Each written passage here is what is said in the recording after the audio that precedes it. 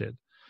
I reparented thousands of people when I was a teacher, but now to actually be a parent to now an 8 and 10-year-old girl has been, it is sometimes the hardest part of my life and sometimes the most marvelous part of my life. It's such an epic gift from the positive and the negative side. So I do everything I can to offer the viewpoints that I have that I believe is going to enable them to feel right about who they are in this world. Because I know when I was a kid, the message I got from my parents is I was too much. I was unruly. I was King Robert. I was too loud. And so I work through my own stuff to give them space to be all of who they are while, trying to sneak in as many communication tools as I can. How about how to relate to their friends? I mean, the drama of a 10-year-old girl is immense. It's amazing to watch how much drama there is these days. And so my belief is that you can start young just with some basic concepts around self-esteem, self-empowerment, clear communication, paying attention, knowing your emotions. And it's really been such a blessing for me to learn how to interact with them, and hopefully I'm positively impacting them to relate to their friends. Absolutely. Now, is your book suitable for teenagers or young adults, or what is the age range for your book? I've written in PG-13, so it depends. I mean, there's some kids out there at 14, 15 that are super mature. It's, my viewpoint is that I really wrote it for the 28-year-old guy, right? Past the first job, past the first relationship, out there, knowing there's something more, something better. So that's really the avatar. But certainly there's some younger teens. I had a client who gave it to her son, and he's 17, and they've been reading it together chapter by chapter and discussing things, and she says it has a really positive impact. So I would say 17, 18 is probably the minimum, and go on to, as old as you want for your self-growth. So that's my viewpoint about that question. Okay. So it's never too late. I mean, you say your avatar is about 28, but if there's some 50-year-old men, 60-year-old men who have the desire, they can still jump in. Oh, yeah. I mean, for sure. I love being 48. I love being in my 40s. I'm learning so much more now than I did when I was younger. My expansion keeps going. And so I've had 70-year-old coaching clients and added some value to their lives. So I think for sure any age. And like I said, it could be a younger young man who could probably get some value out of it, but probably 17, 18 is the men. Okay. Yeah, that makes sense. Because my curiosity was around, if we break cycles earlier on, will it be easier for men to move into happy, healthy lives, happy, healthy relationships, being very in touch with who they are? Yeah, I think so. I think we, like I said, we live in an information rich age.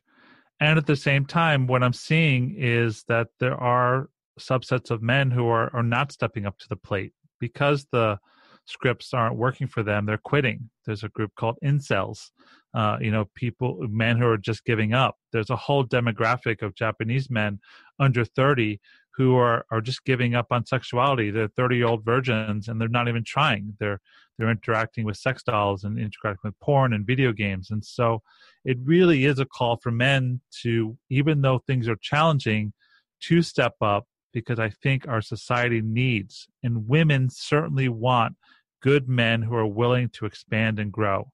And so for any man listening, just know it may be challenging to step into the fray of your own personal psyche, but I can tell you from personal experience of my life I've had, if you're willing, women find that highly attractive. If you're taking feedback, highly attractive. If you're willing to say, I don't know yet, let's figure this out, highly attractive. And if you be respectful of their feedback and grateful for it, they'll tell you more. And when they tell you more, that's where the best relating that comes from. Absolutely. Very well said. So what is one piece of advice you would give your younger self, knowing what you know now? I would teach my younger self to work on my self-esteem, this is a pretty central core part of the book, is the concept of building self-esteem. A 12-step statement is self-esteem is built upon esteemable acts, things that you are inside your integrity. I did so much in my younger life, in the middle part of my life, that was out of my integrity and paid the price heavily in terms of PTSD and trauma to myself. So I would say, even though it's against the status quo, be truly who you are, find your voice, find your own self, and live inside of that. I think that would be the thing I would teach my younger self. Makes sense. And self-esteem is not arrogance. You're talking about that real heart-centered, truth-centered, esteemable acts. Yes. Mm-hmm. Yes. For some listeners who might be listening and thinking, oh, that does make sense. Mm-hmm. But is that a value-driven thing universally? Is that like a religious thing? Is that a spiritual thing? Go one more step, if you would, into esteemable acts, because I love that. Well, you have to figure out what it is for you that makes an esteemable act. So for me, going to the gym, keeping to my agreements around my exercise routine is what has me feel good. And I don't want to be like a Mr. Olympus weightlifter. I'm just talking about just keeping up my physical fitness. And anytime I break from my physical fitness routine, I find my self-esteem start to decrease. Another example is when I lie to my wife, something small, something big. I might get away with it. Like, I have capacity to lie, but there's this little thing inside of me that's just like, oh, it's sticking, it's like causing a problem. So find out what your tasks and belief systems are around your self-esteem and live inside of them. And if you don't, every time, it's like a bank account. You either build up your self-esteem or you diminish your self-esteem. Your specific acts will build up that you like yourself or take it down. Your willingness to know this about yourself is super important for your expansion. Well said. And also, kudos to you for sharing that you spent years living outside of your self-esteem, doing things that cause trauma and PTSD, yet here you are expanding. Nobody is beyond help. Nobody is beyond repair. You can start now, whether you are 18 or 80, whether you have lived as a saint or, this proverbial sinner. Start now, find those acts, build it up, and get joy in your life, get satisfaction in your life.